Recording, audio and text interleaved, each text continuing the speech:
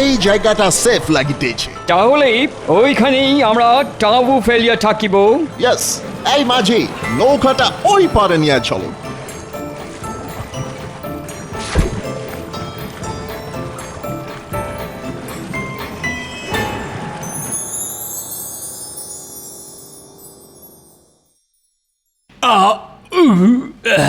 গিন্নি, আর কটা ভাত দিয়ে যাও তো। গিন্নি আবার গেল কোথায়? বলি ও গিন্নি, শুনতে পাচ্ছ? কি হয়েছে? আমার মাথা। কি বললে? মানে ওই মাছের মাথা। মাছের মাথা দিয়ে পুঁই শাকটা খুব ভালো রেঁধেছো গিন্নি। ও তাই বলো। বলছি কি, আমাকে আর একটু ভাত দাও না, পেটের ডান দিকটা একটু খালি খালি লাগছে। হ্যাঁ হ্যাঁ, সে বুঝতে পেরেছি। আমি আমার পেট একদম খালি রাখতে পারি না তো। পেট খালি থাকলেই বায়ু জমে, বুঝলে গিন্নি? দাঁড়াও,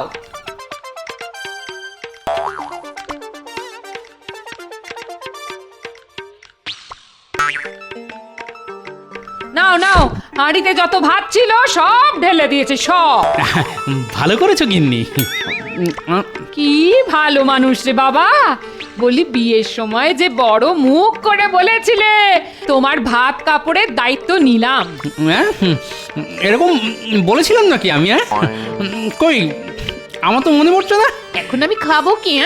সব ভাতই যে তুমি খেয়ে নিলে। পেট পুরো ভরে গেছে, বুঝলে?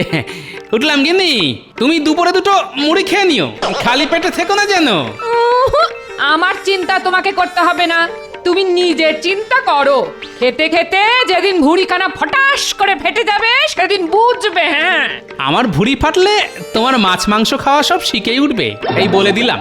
যত সব।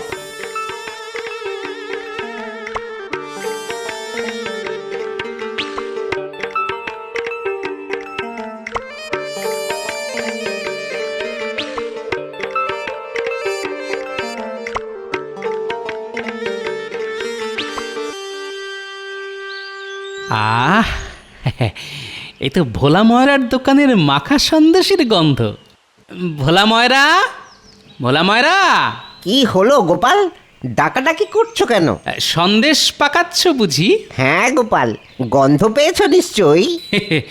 সে আর বলতে, তুমি সন্দেশে পাক দিলে গোটা কৃষ্ণনগর রাজ্যটা যে তোমার সন্দেশের গন্ধে মৌ মৌ করে। কই দাও তো, আমাকে মাখা সন্দেশ দাও। আজ সন্দেশ খেয়ে তবে রাজসভায় যাব। দিচ্ছি গোপাল, দিচ্ছি।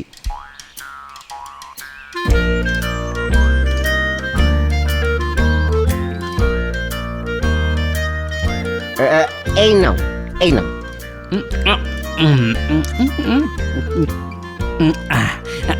আরো দাও, আরো দাও। হ্যাঁ, এই নাও, এই নাও। আরো দাও, দাও দাও দাও। আর তো নেই, সব সন্দেশ শেষ। যা, কি যে করো না, একটু বেশি করে বানাতে পারো না? না, এদিকে আজও আমার রাজসভায় যেতে দেরি হয়ে গেল, আমি চলি। আরে সন্দেশের পয়সাটা তো দিয়ে যাও। পয়সা? পয়সা তো নেই, পয়সাও শেষ। তোমার সন্দেশের মতো। হ্যাঁ, ভয় পেও না ভোলা ময়রা, রাজসভা থেকে ফেরার পথে আরো 1 কিলো মাখা সন্দেশ নিয়ে তবে বাড়ি ফিরবো, তখন সব পয়সা একেবারে শোধ করে দিয়ে যাব। চলি। গোপাল বলে কি? এক কড়া মাখা সন্দেশ খেয়েও পেট ভরেনি।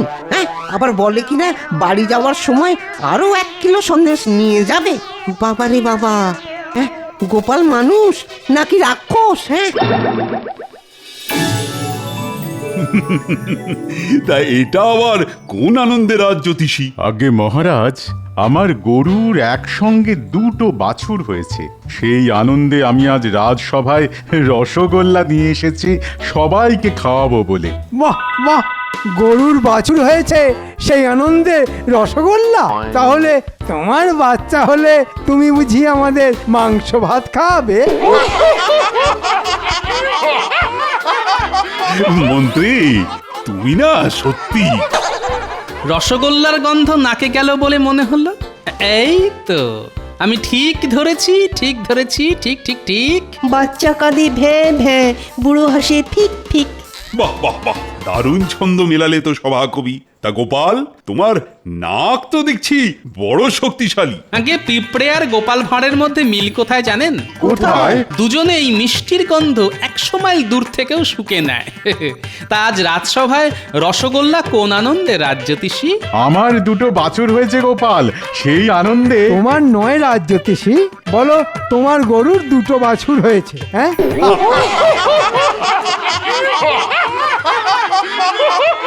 বাহ বাহ বাহ, এ তো বড় খুশির খবর। কই দেখি রসগোল্লাগুলো এই মিষ্টির ভাগ ঠিক মতন পড়েছে কিনা।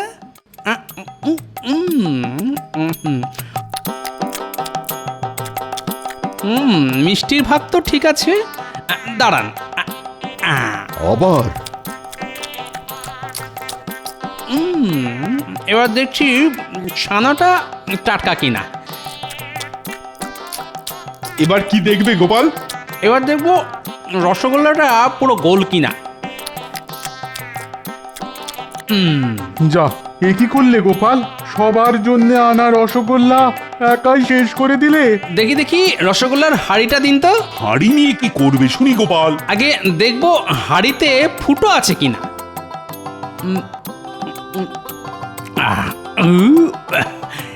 এই নিন, ধরুন। হাঁড়িটা আবার ফেরত দিলে কেন? ওটাও খেয়ে নাও। আগে পেট ভরে গেছে মন্ত্রী মশাই, আপনার খিদে পেলে আপনি খেতে পারেন এই মাটির হাঁড়িটা।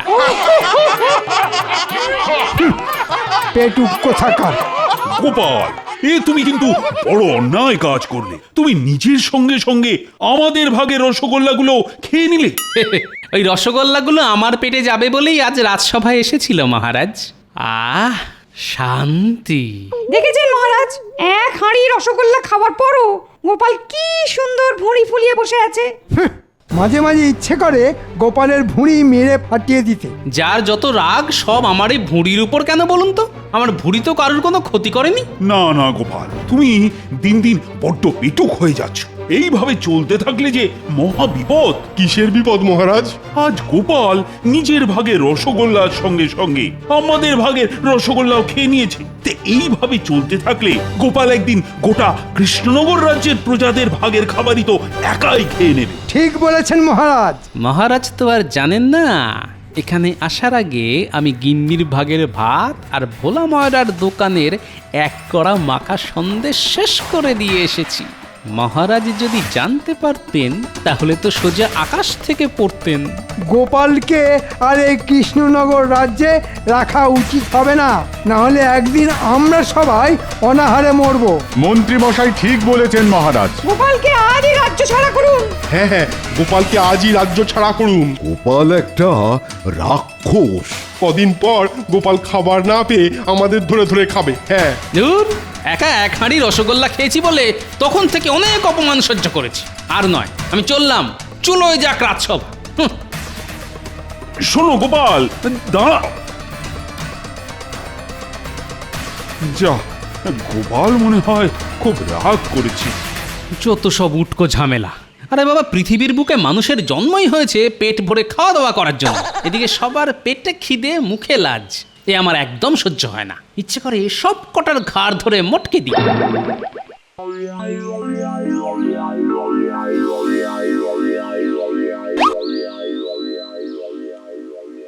ও ভোলা মায়েরা, না গোপাল না, আমি তোমার কাছে আর সন্দেশ বিক্রি করব না। না। কেন কেন?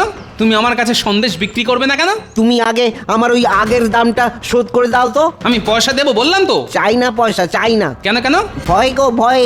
যেভাবে তুমি ওই 1 কড়া মাখা সন্দেশ মুহূর্তের মধ্যে শেষ করে দিলে, তাতে করে আমার ওই গোটা দোকানটা খেয়ে ফেলা তোমার কাছে কিছুই অসম্ভব নয়। তাই আমি ঠিক করেছি যে তোমার কাছে আর ব্যবসা করব না। হ্যাঁ। ধুর, এ তো মহা জ্বালায় পড়া গেল। আরে আরে আরে, আমি যে চোখে অন্ধকার দেখছি। ওরে বাবা রে, বাঁচাও বাঁচাও বাঁচাও বাঁচাও। ওরে বাবারে, ওরে বাবারে, এই যে দিনে দুপুরে অপহরণ। হ্যাঁ মহারাজ, মহারাজ, মহারাজ।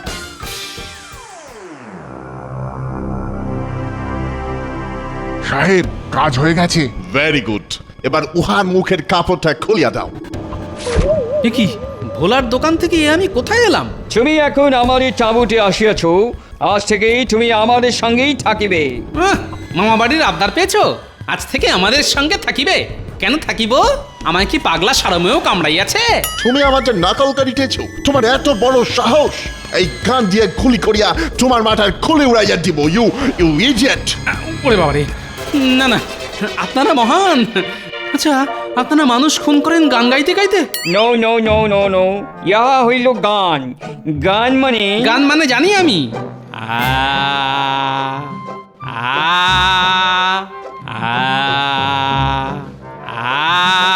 চুপ করো বেসুরা! ইহা ওই গান না হে, ইহা হইল বন্দুক। বন্দুক, ইউ নো, বন্দুক, পিস্তল। আজ থেকে তুমি আমাদের হইয়া কাজ করিবে। আমরা যা যা বলিব তুমি তাই শুনিবে, না হয়ে আমরা তোমাকে এই গান দিয়া উড়াইয়া দিব। সর্বনাশ! না না, আপনারা যা বলবেন আমি তাই করব। Very good, very good. হা হা হা হা হা। এবার আমরা রাজা কৃষ্ণচন্দ্রকে একটা চিঠি লিখিব। চিঠিতে বলিব, কাল আমরা গোপালকে সঙ্গে নিয়া কৃষ্ণনগরের রাজ্যে যাইব রাজ্য দখল করিতে। ইয়েস, আর তারপর আমরা জলপথ ধরিয়া সোজা হামলা করিব। আমাদের সঙ্গে গোপাল থাকিবে, তার ফলে রাজা কৃষ্ণচন্দ্র আমাদের কিছুই করিতে পারিবে না। এইবার বুঝেছি আমাকে এখানে ধরে নিয়ে আসার কারণ। মহারাজ, মহারাজ, সর্বনাশ হয়ে গেছে মহারাজ, সর্বনাশ হয়ে গেছে। সে কি কি হয়েছে? দুটো লোক ওই ঘোড়ার গাড়িতে করে এসে আরে আরে আরে, আমি যে চোখে অন্ধকার দেখছি। ওরে বাবারে, বাঁচাও বাঁচাও বাঁচাও বাঁচাও! ওরে বাবারে, ওরে বাবারে, এই যে দিনে দুপুরে অপহরণ! হ্যাঁ মহারাজ, মহারাজ, মহারাজ! সে কি, ওরা গোপালকে অপহরণ করে নিয়ে গেছে? কিন্তু কিন্তু ওরা কারা? তা তো জানি না মহারাজ, ওদের মুখে ওই কালো কাপড় বাঁধা ছিল। আপনি শান্ত হয়ে বসুন মহারাজ, আপদ গেছে বাঁচা গেছে। গোপালের যা খাই খাই স্বভাব, ওরা গোপালের পেট ভরাতে না পেরে আবার গোপালকে ফিরিয়ে দিয়ে যাবে। না না না না, হাজার হোক গোপাল আমার রাজসভার একজন সদস্য। আমি চুপ করে বসে থাকি কেমন করে বলো তো? মহারাজ, মহারাজ একটু আগে একজন ঘোড়ায় চেপে এসে এই চিঠিটা রাজবাড়ির দরজার সামনে ফেলে দিয়ে গেছে। আমরা তার মুখ দেখতে পারিনি। তাই নাকি? কই দেখি চিঠিতে কি লেখা আছে।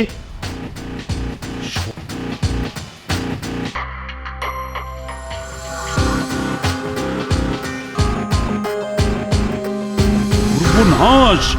এই যে হুমকি চিঠি। মহারাজ, চিঠিটা কে পাঠিয়েছে? ইংরেজরা।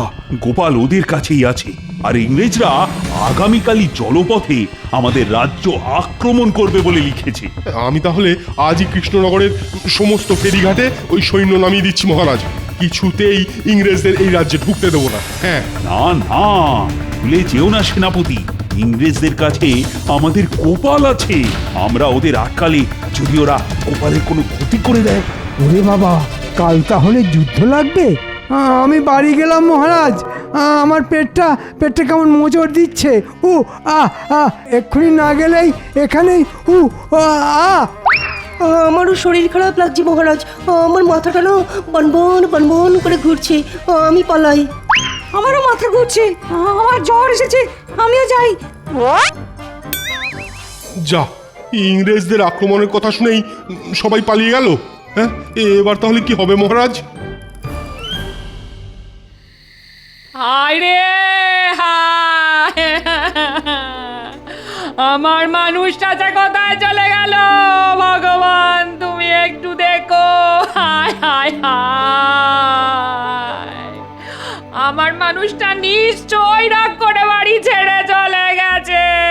মানুষটা মোটে খালি পেটে থাকতে পারে না। কি জানি মানুষটা রাগ করে কোথায় গিয়ে বসে আছে।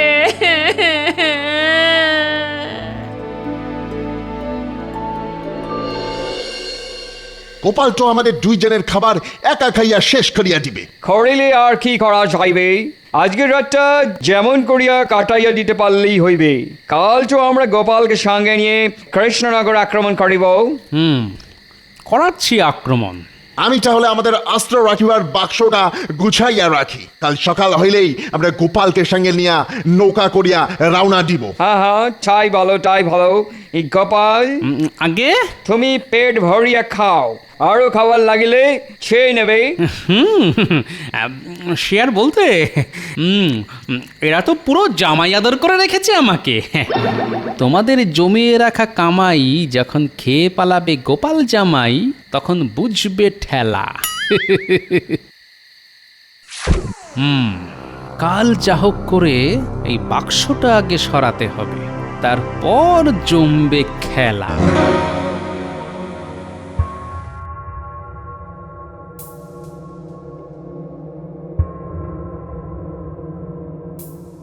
আপনি এখনো ঘুমোননি?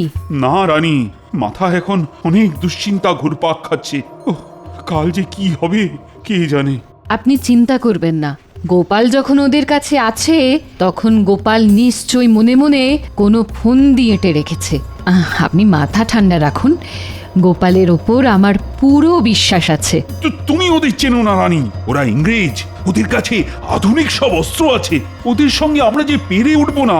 তাছাড়া গোপাল আছে ওদের কাছে, ওদের ওপর আক্রমণ করলে ওরা যে আর গোপালকে আস্ত রাখবে না।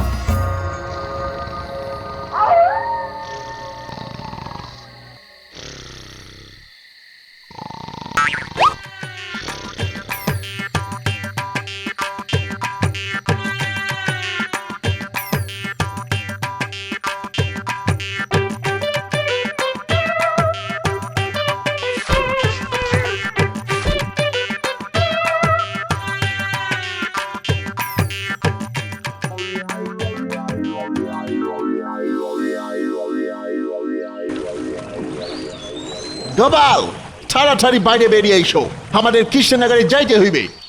এই তো গোপাল হাজির সাহেব। তাড়াতাড়ি নৌকায় চড়িয়া বসো, ফাস্ট ফাস্ট। এই কাঠের বাক্সে কি আছে সাহেব? নিশ্চয়ই খাবার দাবার। তুমি বড় পেটুক আছো গোপাল, এটা খাবা না হয় গান আছে গান। কৃষ্ণচন্দ্রের রাজ্যটা নিজেদের নামে করিতে আমাদের সাহায্য করিবে এই অস্ত্র। গোপাল থাকতে ওটি হবে না। ঘুঘু দেখেছো, ফাঁদ তো দেখনি। কি ভাবিতেছো গোপাল? তাড়াতাড়ি উঠিয়া এসো। ওরে ওরে বাবা রে, হাই তোমার তোমার ওজন কত গোপাল? তোমার ভারী যে এই নৌকা ডুবিবার উপক্রম হইল। গোপাল, তোমার ওজন কত? আগে অনেকদিন নিজের ওজন মাপা হয় না সাহেব, তবে লোকে বলে আমি নাকি একাই 100।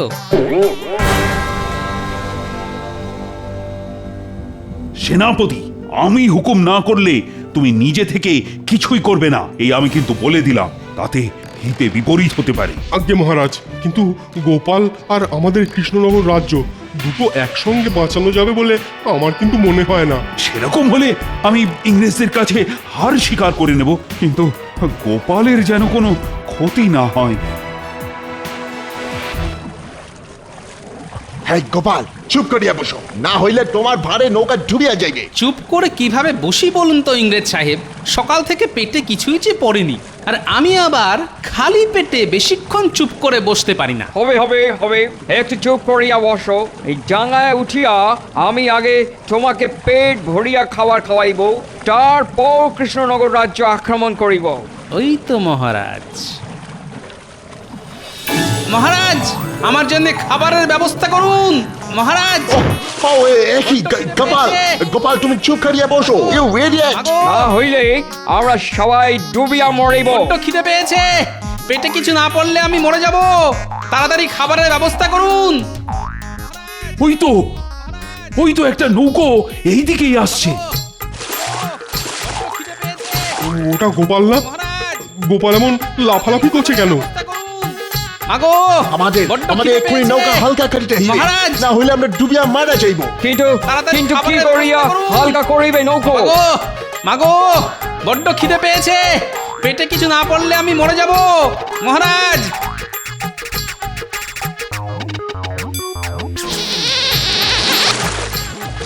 হয় হয় হয় হয় হয়, হে তুমি কি করিলে? আমাদের অস্ত্র সব জলে ডুবিয়ে গেল। অস্ত্র না ফেলিলে আমরা ডুবিয়া যাইতাম। এই তো বুদ্ধি, আমার বুদ্ধি কাজ করেছে। মহারাজ, ইংরেজদের কাছে এখন আর কোনো অস্ত্র নেই, আমরা এখন নিরাপদ মহারাজ। সেনাপতি, এক্ষুনি ওদের বন্দি করো।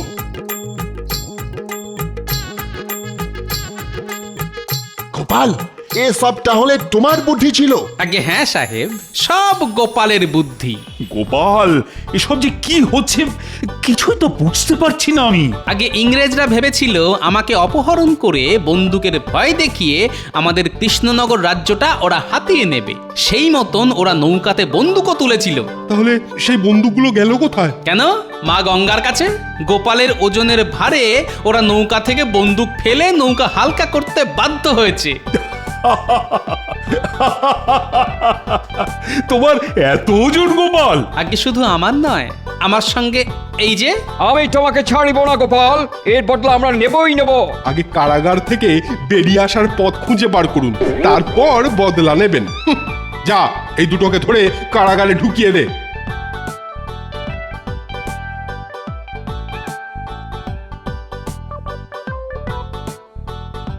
সাবাস গোপাল, সাবাস। আমি কিন্তু বড় চিন্তায় ছিলাম। আগে ইংরেজদের কাছে উন্নত মানের অস্ত্র আছে মানছি, কিন্তু আমার কাছে যেটা আছে সেটা আর কারুর কাছে নেই। তোমার কাছে কি আছে গোপাল? বুদ্ধি আর ওজন। কারণ মাথায় বুদ্ধি থাকলে ওজনকেই অস্ত্র হিসাবে ব্যবহার করা যায়। নিন নিন, অনেক হয়েছে, এবার আমাকে কিছু খেতে দিন, বড্ড খিদে পেয়েছে। আবার